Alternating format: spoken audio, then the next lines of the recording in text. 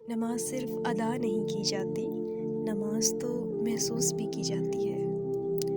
ہم نے اکثر نماز کو ایک ذمہ داری سمجھا، ایک فریضہ جو وقت پر مکمل ہونا چاہیے، لیکن کیا ہم نے اس میں اپنی روح بھی شامل کی، یا یہ ہم نے سوچا ہی نہیں؟ لیکن اللہ تعالیٰ نے ہمیں جسم سے نہیں دل سے پکارا ہے۔ وہ ہمیں دعوت دیتا ہے، میرے سامنے آؤ، اپنا دل کھولو میرے بندے، اور دل سے مجھ سے بات کرو۔ نماز صرف رکوع، سجدہ، قیام نہیں، یہ ایک خاموش مکالمہ ہے جہاں ہم رب کے حضور ہوتے ہیں اور وہ سنتا ہے، بغیر الفاظ کے بھی۔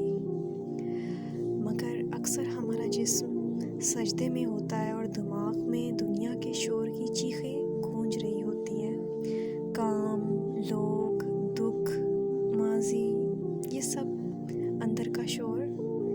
لیکن یہ اندر کا شور جو ہمیں اس نور سے جدا کر رہا ہوتا ہے جس میں دل سکون پاتا ہے نماز کے دوران۔ تو شعوری نماز ہمیں یہی سکھاتی ہے کہ ہر آیت صرف پڑھی نہ جائے، محسوس کی جائے، ہر سجدہ صرف جھکاؤ نہ ہو، رابطہ ہو۔